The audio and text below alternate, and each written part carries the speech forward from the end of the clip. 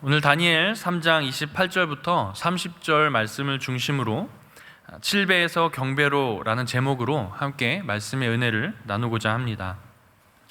오늘 본문을 3절만 읽었지만 이 3장 전체의 내용을 함께 살펴보면서 말씀을 다루고자 합니다. 이 다니엘 3장은 우리가 너무도 잘 알고 있는 내용입니다. 우리 주일학교를 다니셨던 분들이라면 아마 수십 번의 설교나 또 이야기들을 통해서 들으셨을 법한 내용이죠. 또 찬양의 제목으로 사용된 본문이 있는 그런 장이기도 합니다. 오래된 찬양이지만 그리 아니하실지라도 라는 옛 찬양이 있죠. 그 찬양의 그 가사의 제목이 들어가 있는 본문이 있는 내용입니다.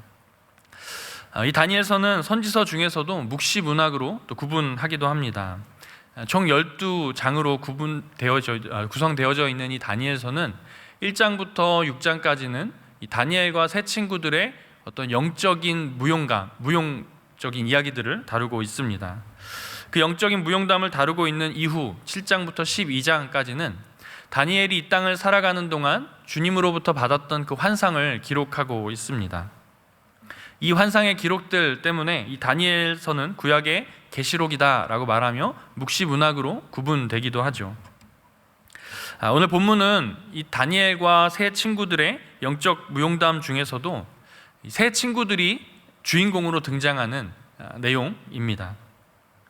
금신상과 풀무불 이야기를 중심으로 오늘을 살아가는 우리 그리스도인들의 삶 가운데 이들의 삶이 어떻게 우리 삶에 적용되어지고 또 우리 삶에 나타나야 되는지 함께 말씀을 통해 살펴볼 수 있는 시간이 되기를 바랍니다. 다니엘과 세 친구는 이 바벨론이라는 나라의 포로로 잡혀갑니다. 이 바벨론이라는 나라와 또 그 나라의 왕이었던 느부갓네살이라는 왕은 어떠한 나라였고 또 어떠한 왕이었는지 우리가 먼저 한번 좀 살펴보기를 원하는데요. 여러분, 바벨론 하면 무엇이 가장 먼저 떠오르십니까? 아마도 창세기 11장에 나오는 바벨탑을 가장 먼저 떠올리지 않을까 싶습니다. 이 바벨이라는 이름에는 신의 문이라는 뜻이 담겨져 있습니다. 그리고 이 기원은 고대 아카드어로 바빌루라는 것으로 시작되는데요. 이 바빌루라는 단어의 뜻에는 혼란이라는 뜻이 담겨져 있습니다. 이 뜻을 이렇게 살펴보니까 여러분, 바벨탑의 그 창세기에 기록된 바벨탑의 사건과 좀 연관되어지는 느낌이 들지 않으십니까? 이 바벨론이라는 이름도, 이 도시의 이름도 여기서 기원합니다. 갈대아의 수도였고 또 유브라데 강변에 위치한 성읍에서 시작된 이 중심으로 건설된 제국이 바로 바벨론 제국이다라는 거죠. 이 제국의 기원이 창세기에 등장하는 성경 최초의 용사 니므롯이라고 하는 이로부터 시작된다고 어떤 학자들은 설명하고 있습니다. 이러한 견해에 따라서 이 제국은 굉장히 오래된 그런 도시라고 보는 견해들이 있죠. 이러한 바벨론의 가장 번영한 시기의 왕들 중 한 명이 바로 오늘 본문에 나오는 느부갓네살 왕입니다. 이 바벨론 제1왕조 중에 또 유명한 왕이 하나 있는데요, 아마 이름을 한 번쯤 들어보셨을 법한 왕입니다. 바로 함무라비입니다. 그러니까 이 느부갓네살과 함무라비는 이 바벨론 왕국에서 빠져서는 안 되는 아주 큰 왕이었다라는 거죠. 정확하게는 이 느부갓네살 2세입니다. 이 느부갓네살 2세가 통치하던 때에 이 바벨론이 거대 왕국으로 또 거대 제국으로 성장하는데요, 이때 바로 유다가 이들에게 멸망하고 포로로 잡혀온 과정에 있는 것이죠. 그때 포로로 잡혀온 친구들, 바로 다니엘과 그 세 친구들이 그 포로 중에 섞여 있었던 것입니다. 바벨론 왕궁의 포로로 잡혀온 이들은 이 거대한 제국, 이 성 안으로 잡혀 들어올 때에 여러분 어떤 생각이 들었을 것 같습니까? 이들이 만약에 이스라엘의 지난 역사들을 잘 배워왔노라고 한다면 이스라엘이 과거 애굽에서 통치받았던 그때의 모습을 좀 떠올리지 않았을까 생각해 봅니다. 애굽이라는 거대 도시에 노예처럼 살았던 그 당시, 그러나 하나님이 그들을 건져주셨던 그 역사를 분명 기억했을 것입니다. 그런데 지금 거꾸로 이 바벨론이라는 나라에 포로로 잡혀가는 그 심정이 아마 굉장히 비참한 심정이지 않았을까도 생각해 볼 수 있습니다. 당시 바벨론은 가장 영화롭고 번영하던 시기를 누렸습니다. 역사가들은 이때를 어떻게 표현하고 있냐면 바벨론의 성벽이 바벨론의 도성이 2배로 커졌고 바벨론의 성벽이 이중 구조로 되어 있고 또 바벨론 도시 안에 도로가 바둑판식으로 되어 있다라는 것을 근거로 굉장히 부강했고 굉장히 막강했고 강력한 나라였다라고 평가하고 있습니다. 이러한 바벨론이라는 이 왕국의 포로로 잡혀간 그들, 바로 다니엘과 세 친구들이 바로 오늘 성경에 나오는 말씀에 나오는 주인공들이겠죠. 지난 주일에 이 저녁 7부 예배 시간에 박양규 목사님께서 설교하셨을 때에 이 바벨론 또 느부갓네살 왕이 다스리던 때에 대한 어떤 이미지, 그것을 좀 이렇게 자료로 참 참고하시면서 설교하셨습니다. 여러분 기회가 되시면 한번 참고하셔서 보는 것도 좋을 것 같습니다. 이 바벨론이라는 나라가 굉장히 거대하고 굉장히 웅장했기 때문이죠. 이 느부갓네살 왕 때에 공중 정원이라고 하여 가지고 오늘날까지도 불가사의 중에 하나인 그 정원을 건설하였던 그때가 바로 이 느부갓네살 때라는 것입니다. 여러분 이러한 모습들을 쭉 한번 돌아보고 살펴보면 이 바벨이라는 그 이름에서 풍겨지는 어떠한 것이 있지 않습니까? 바로 인간들의 번영에 대한 욕구, 또 웅장한 규모를 추구하는 것, 그리고 어떤 생존을 위한 그 어떤 전략에 막 열심을 다하는 모습들을 떠올리게 되고 또 욕망의 어떤 가치를 두고 있는 모습을 우리는 떠올리게 됩니다. 최근 종영한 드라마 중에 빈센조라는 드라마가 있습니다. 아마 다들 아실 것 같습니다. 꽤나 유명한 드라마로 종영한 것으로 알고 있습니다. 여기에 송중기라는 배우가 나오는데요. 이탈리아 마피아로 등장하여서 이제 어떤 한 거대 제국과 싸우는데 그 그룹의 이름이 바로 바벨이었습니다.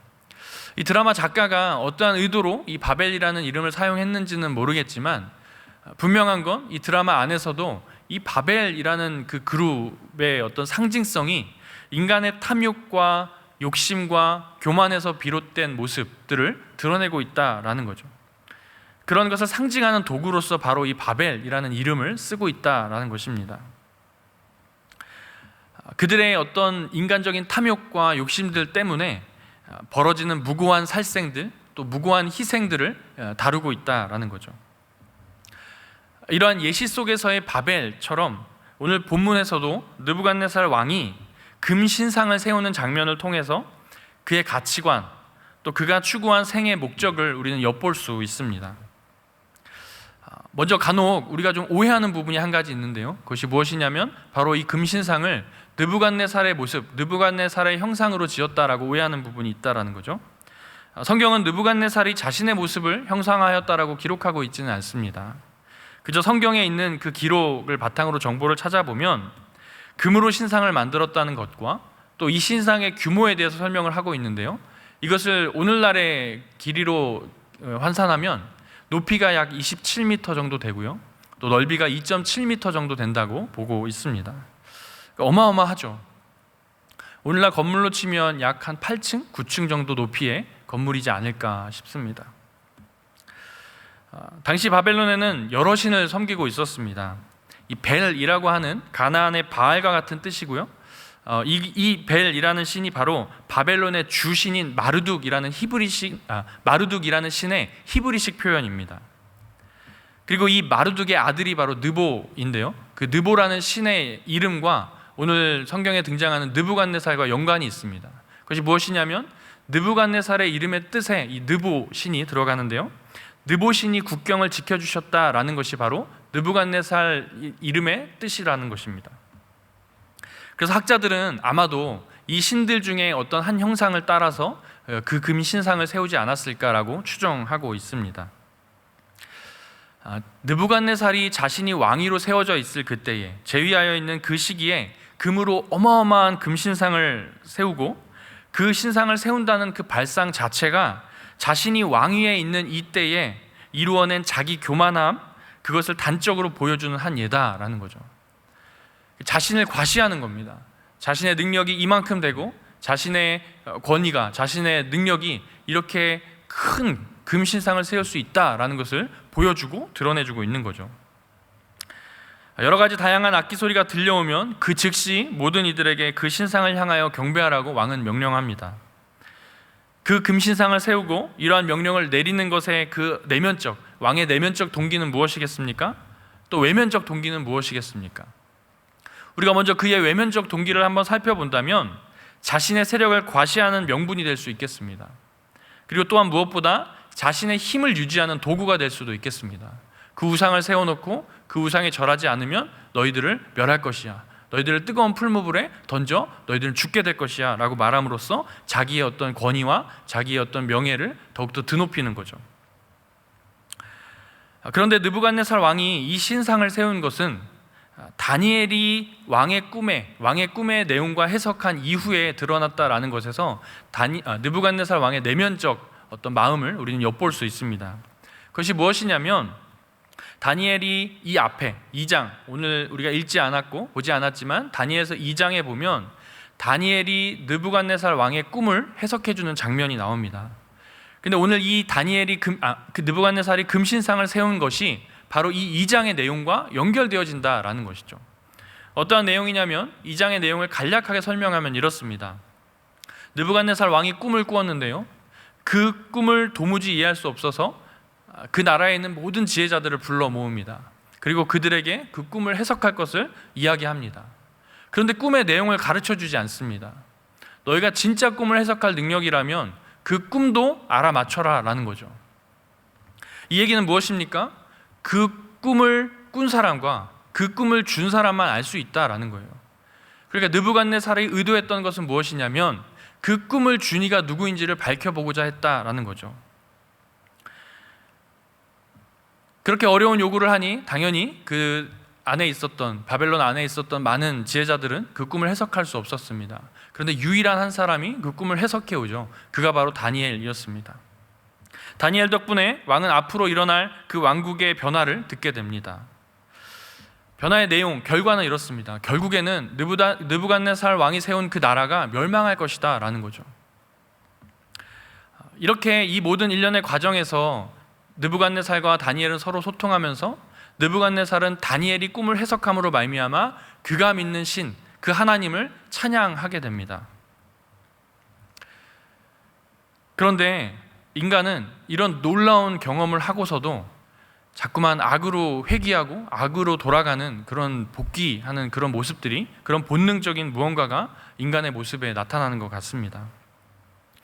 그가 꾸었던 꿈의 내용과는 달리 그는 금신상을 세움으로써 자신의 왕권은 무너지지 않고 영원히 설 것이다 라는 것을 보여주려고 합니다. 그런 과시적인 모습을 나타내는 거죠. 이러한 자신의 신념과 또 그에 따른 그 실천이 이 꿈의 내용을 엎을 수도 있겠다라고 그는 생각했던 것입니다. 자신의 의지로 세상을 통치할 수 있다는 그 믿음이 느부갓네살에게는 투철하게 가지고 있었던 믿음이었던 거죠.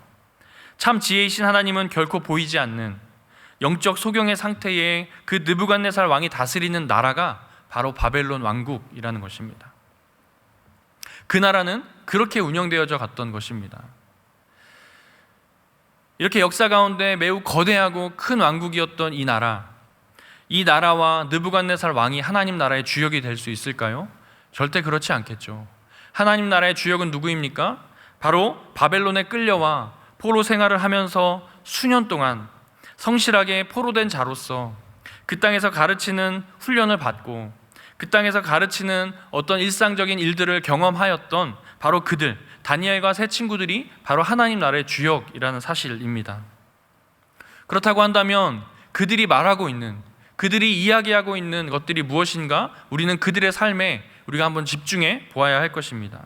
그리고 그들이 이야기하는 것에 우리는 귀 기울여 보아야 할 것입니다. 있던 시대에, 나라의 어떤 그 시대의 대세적인 흐름이라던가 또 어찌 보면 자신들이 살고 있는 이 세계, 이 나라에 대한 막강한 그 힘을 바라보았던 그들의 입장에서는 신상에게 절해야 하는 이 경배의 시간과 대세적 흐름들을 거스르고 무릎 꿇지 않았던 이 다니엘의 세 친구들, 그 친구들의 말에 어떤 의미가 있는지를 우리는 귀 기울여 봐야 한다라는 것입니다. 사실 그들에게는 그 순간들이 자신들의 삶의 위기가 될 수 있고 또 절체절명의 순간이었을 수 있습니다. 하지만 다른 한편으로 생각해 보면 충분히 타협할 수 있는 그런 시간들이기도 합니다. 비록 포로의 신분이었긴 하지만 주님께서 허락하신 그 다방면의 지혜를 기반으로 그 땅에서 잘 먹고 잘 살 수도 있었을 것입니다. 편안하게 살아갈 수도 있었을 것입니다. 그러나 그들은 언제나 자신의 삶에서 가장 중요한 순간, 중요한 선택을 해야 된다는 것을 알고 있었던 것 같습니다. 그래서 가장 필요하고 가장 적절한 날을 준비하고 그대로 실천하는 능력을 그들은 보여줍니다. 그것이 무엇입니까? 바로 왕 앞에서 대답했던 이 사드락과 메삭과 아벳느고의 대답입니다. 그들은 왕 앞에서 무엇라고 대답했습니까? 왕의 신들을 섬기지도 아니하고 왕이 세운 금신상에게 절하지도 아니할 것을 아시옵소서라고 담대하게 그들은 외칩니다. 여러분들은 이 사드락과 메삭과 아벳느고의 이 외침, 왕 앞에서 말했던 이 고백, 그 당시에 그들의 그 무게가 얼마나 무거웠을 것이라고 여러분 생각하십니까? 하나님을 자신들의 온전한 주님으로 고백하는 그 믿음이 선포되어지는 그 순간 그들의 마음은 어떠했겠습니까? 여러분들은 여러분들의 삶을 생각해 볼 때 과연 가장 어려운 고백을 했던 순간은 언제입니까? 그리고 그 고백은 여러분의 믿음에 관한 것이었습니까? 아니면 세상을 향한 여러분의 고백이었습니까? 우리 주님께서는 믿는 자들에게 지혜를 주시는 줄로 믿습니다. 그 지혜는 삶에 다가온 그 어떤 절체절명의 순간에 그 위기를 모면할 수 있는 지혜일 수도 있습니다. 그러나 진짜 지혜는 무엇이냐면 그 어떤 위기의 순간에 죽을 수도 있다라는 그 절체절명의 순간에 내가 믿는 것은 오직 하나님 한 분입니다 라고 고백하는 것, 그것이 바로 하나님이 주시는 진짜 지혜인 줄로 믿습니다. 나는 오직 하나님을 믿는 믿음으로, 나는 오직 하나님의 사람이라고 표현하고 순종할 수 있는 것, 그것이 바로 진짜 하나님이 주시는 지혜인 줄로 믿습니다. 그리고 그렇게 표현할 수 있을 때까지, 그러한 믿음의 행동이 나타날 수 있을 때까지 그 용기와 그 모든 것을 주시는 이가 바로 하나님이신 줄로 우리는 믿고 또 알고 있습니다. 하나님을 아는 지식, 세상에서 가장 고상한 지식을 우리들에게 선물로 주셨습니다. 그것을 가장 귀하게 여기는 마음 자체가 바로 우리가 삶에서 나타낼 믿음이라는 것입니다. 우리가 이 믿음을 현실에서 뿌리박도록 하는 것은 결코 어떤 거창한 순간들이 아닙니다. 삶의 가장 사소한 순간들마다 내리고 있는 이 작은 결단들에 바로 그 믿음이 들어가 있다라는 것이죠. 한편 오늘 본문에 등장하는 이 다니엘의 세 친구들은 왕 앞에서 고백하는 그 순간이 자신들의 삶에서 가장 중요한 말을 해야 될 타이밍이라는 것을 그들은 알고 있었습니다. 그리고 결국 그들은 하나님이 원하시는 대답을 왕 앞에서 그 대답을 던지고 있습니다. 분명 하나님의 말씀에 순종한 것이죠. 그러나 그 순종의 대가는 어떠한 대가였습니까? 왕은 오히려 분노에 차오르고 왕은 오히려 그 불을 7배나 뜨겁게 함으로써 말미암아 그들을 강렬하게 더욱더 불에 타죽게 할 것을 명령합니다. 이렇게 진노한 왕 앞에서 그들은 여전히 변함없이 그리 아니하실지라도 나는 내 하나님을 믿고 내 하나님을 따르겠습니다라고 고백하는 것이죠. 이렇게 죽음을 무릅쓰고 풀무불에 뛰어들었다는 것에 그 영광스러운 믿음이 있는 것입니까? 그렇지 않습니다. 그들은 이미 하나님이 그들의 삶의 온전한 결론이었고 하나님이 그들의 삶의 온전한 현실이었음을 그들은 매 순간 매 삶에서 지켜왔다라는 것입니다.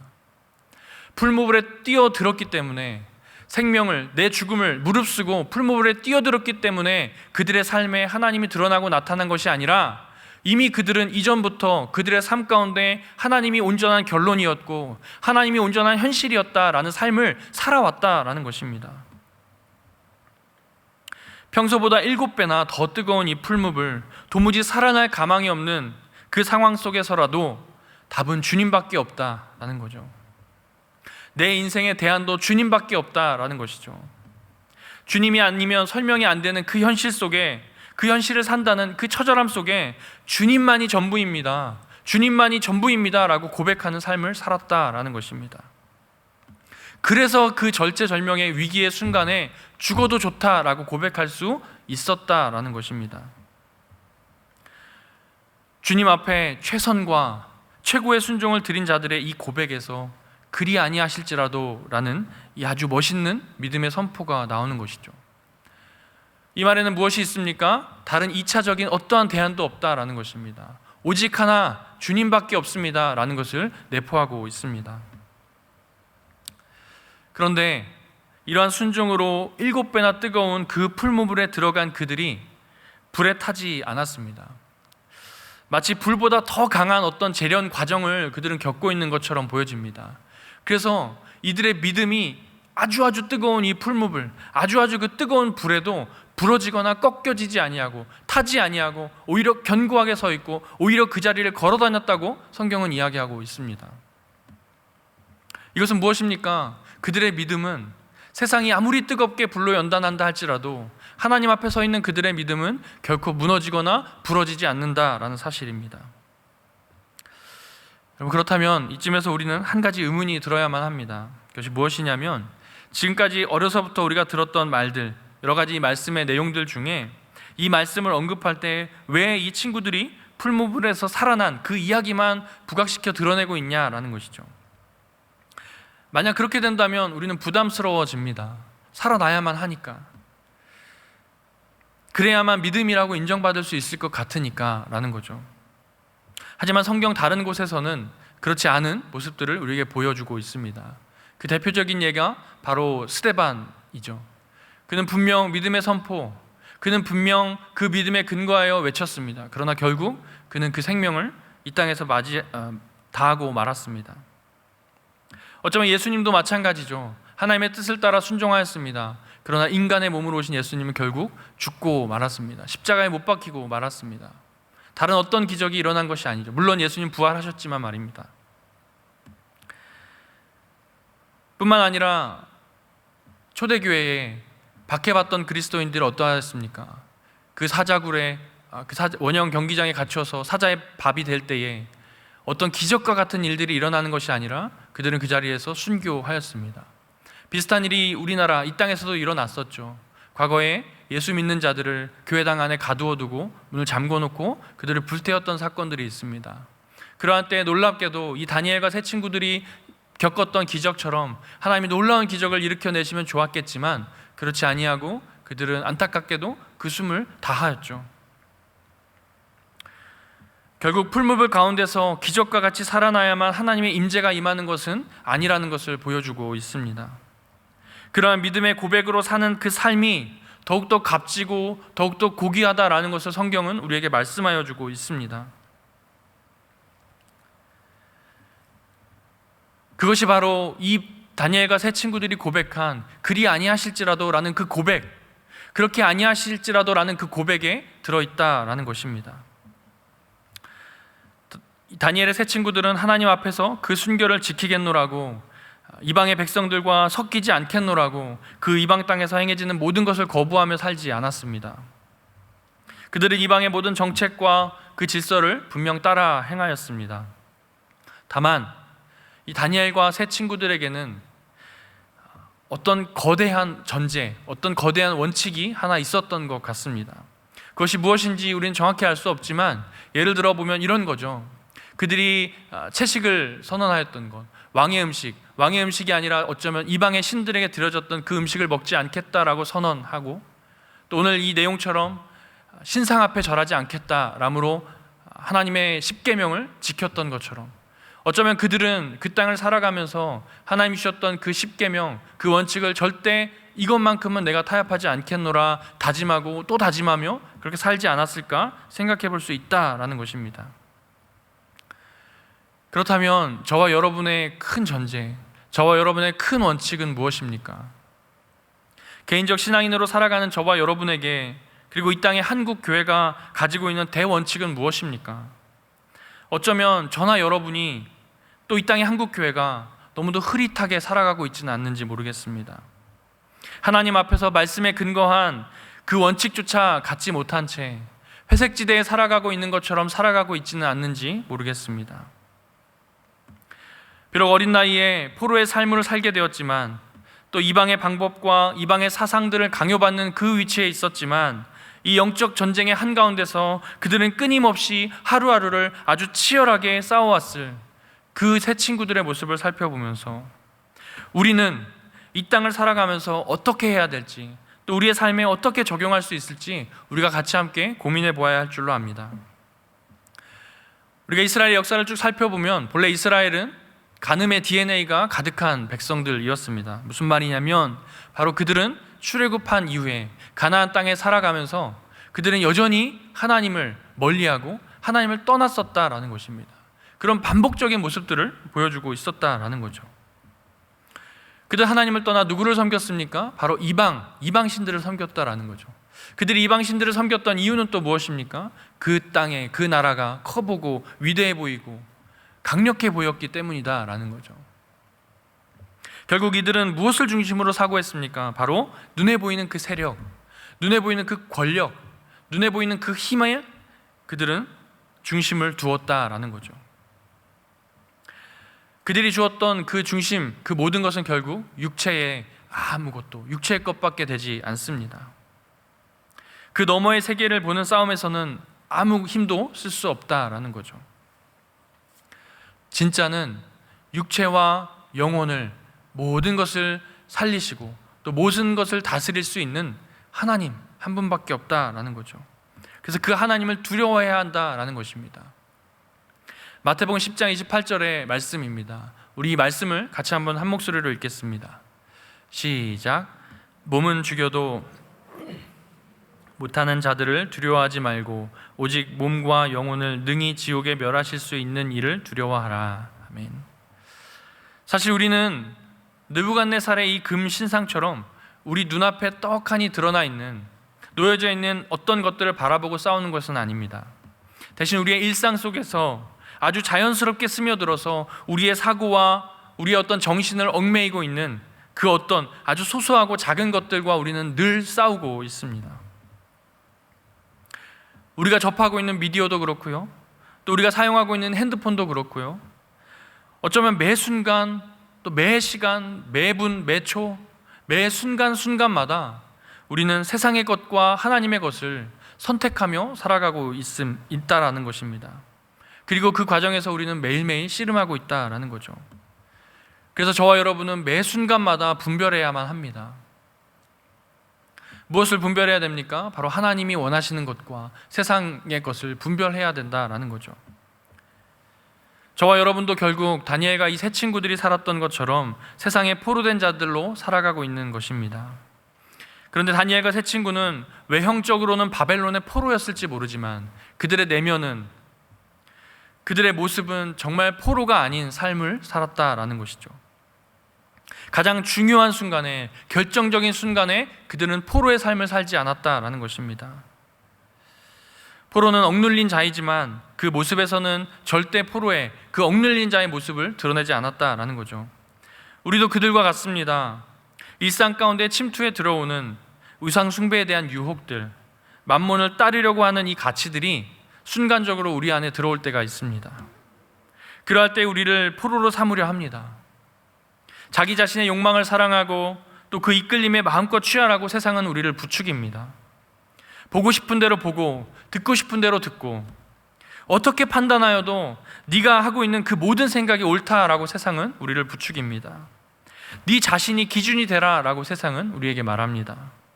그런데 이러한 속삭임들에, 이러한 일상의 문화에 스며들어 있어서 매일 반복되고 또 단조롭게 무덤덤하게 이 일상 가운데 젖어들어 있기 때문에 우리는 우리 자신도 분별하기가 어렵고 때로는 이것을 망각하고 살기가 쉽습니다.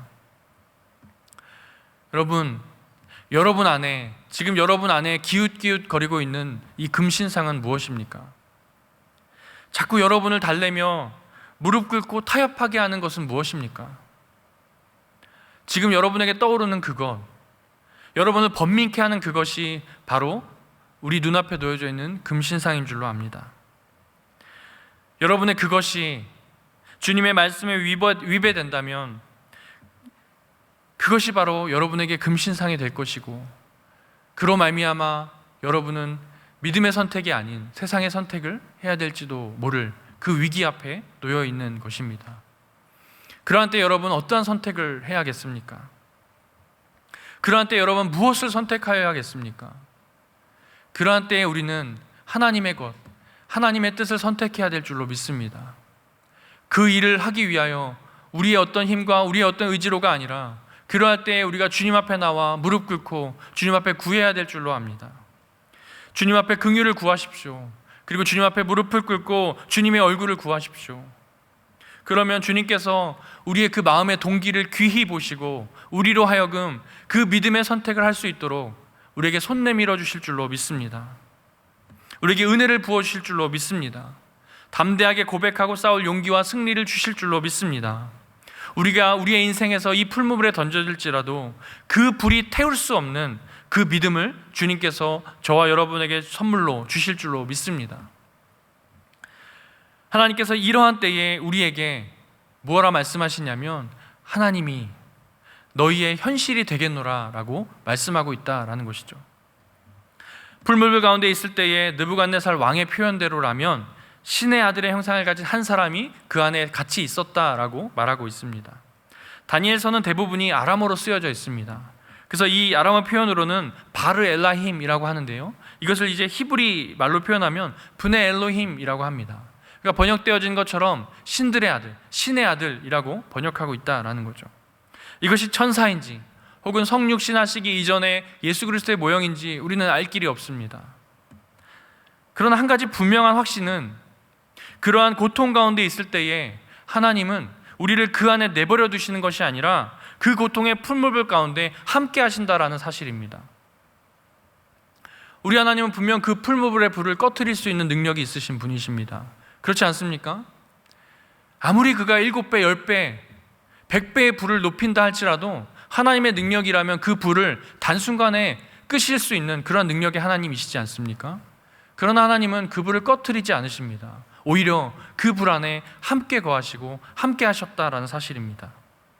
우리만 풀무불 가운데 던져 넣으시는 분이 아니라 그 안에서 함께 하신다는 사실을 기억하고 우리가 가는 그 길이 비록 어렵고 때론 무섭고 두렵고 힘들다 할지라도 함께 하시는 주로 말미암아 생명이 지배하는 용기를 얻을 수 있기를 주의 이름으로 축원합니다.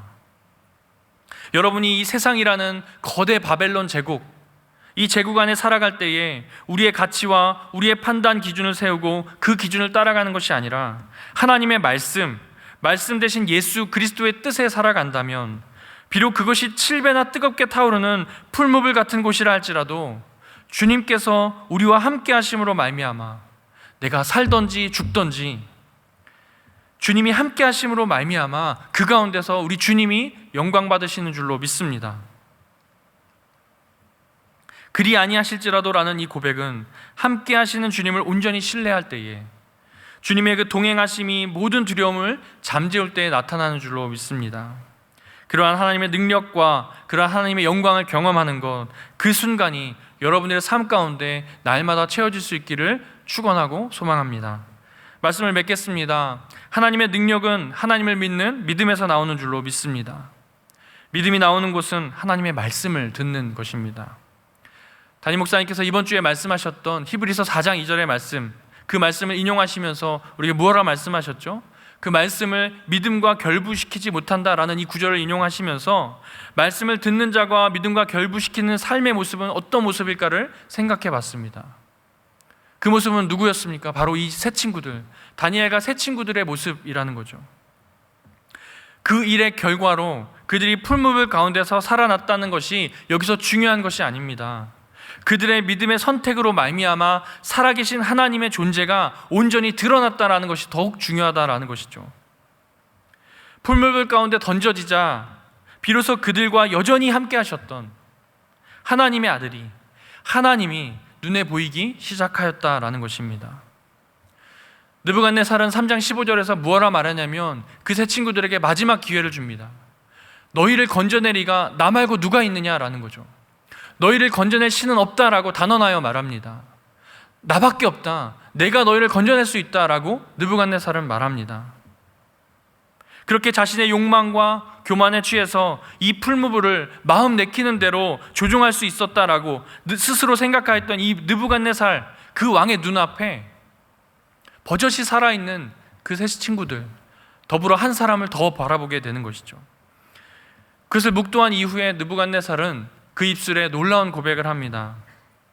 세 사람의, 그 다니엘과 세 친구들, 그 세 사람의 하나님을 찬송합니다. 그리고 더불어서 하나님 밖에는 사람을 구원할 리가 다른 신이 없다라고 그 입술을 통해 고백하고 있습니다.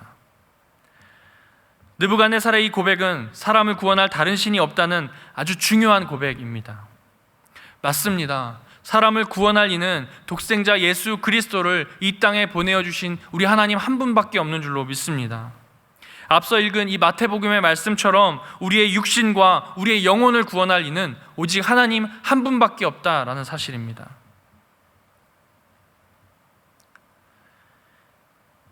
이 세 사람이 믿음으로 현실을 살아낸 그 열매는 무엇이었습니까? 그것은 다른 사람이 그들의 삶을 통해 하나님을 보았다라는 것입니다. 다시 한 번 더 말씀드리겠습니다. 이 세 사람이 믿음으로 현실을 살아낸 그 열매는 다른 사람이 그들의 삶을 통해 하나님을 보았다라는 것입니다. 바라기는 저와 여러분이, 그리고 오늘날 이 땅의 교회가 구원자 예수 그리스도와 함께 세상이라는 이 거대 제국 안에서 포로와 같은 인생을 살아갈지라도 우리의 삶으로 말미암아 내가 아닌 하나님이 더욱더 드러나고 우리의 삶을 통해 하나님이 나타나는 그러한 현실이 되어지는 그러한 은혜가 있기를 주의 이름으로 축원합니다. 우리 시간 같이 함께 찬양하고 또 들은 말씀을 기억하며 함께 기도하기를 원합니다.